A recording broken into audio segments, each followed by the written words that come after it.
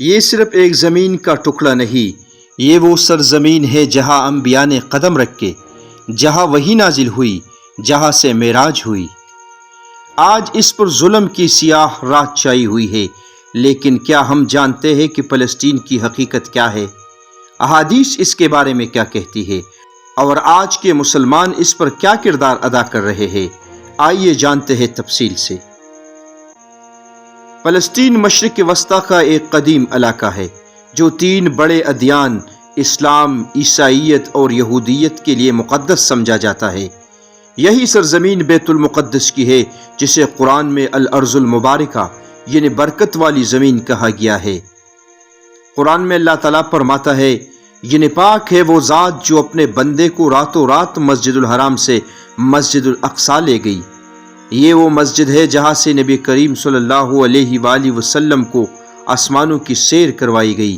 یہ وہ سرزمین ہے جس کے بارے میں نبی کریم صلی اللہ علیہ وآلہ وسلم نے فرمایا، سفر صرف 3 مسجدوں کے لیے کیا جائے، مسجد حرام، میری یہ مسجد یعنی مدینہ، اور مسجد اقصیٰ۔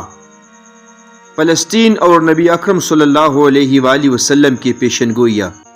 نبی کریم صلی اللہ علیہ وآلہ وسلم نے آنے والے فتنوں کے بارے میں فرمایا اور شام و فلسطین کی سرزمین کو بار بار ذکر کیا۔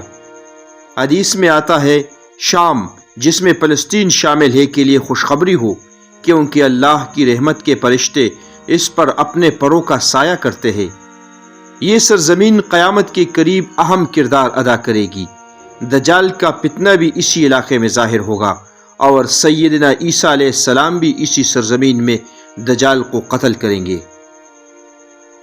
آج کا فلسطین، ظلم، شہادتیں اور خاموش امت۔ آج فلسطین پر اسرائیلی قبضہ ہے۔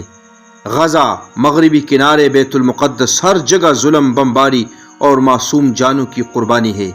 روزانہ بچوں کی چیخیں، ماؤں کی آہیں اور شہداء کے جنازے اٹھتے ہیں، لیکن امت مسلمہ کی اکثریت خاموش ہے۔ حدیث میں آتا ہے، جو مسلمان اپنے دوسرے مسلمان بھائیوں کی حالت کی پرواہ نہ کرے وہ ہم میں سے نہیں۔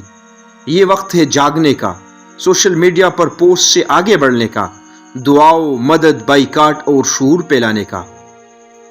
فلسطین صرف فلسطینیوں کا مسئلہ نہیں، یہ پوری امت کا مسئلہ ہے۔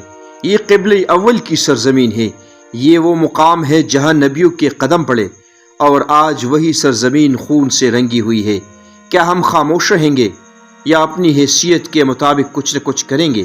فیصلہ آپ کے ہاتھ میں۔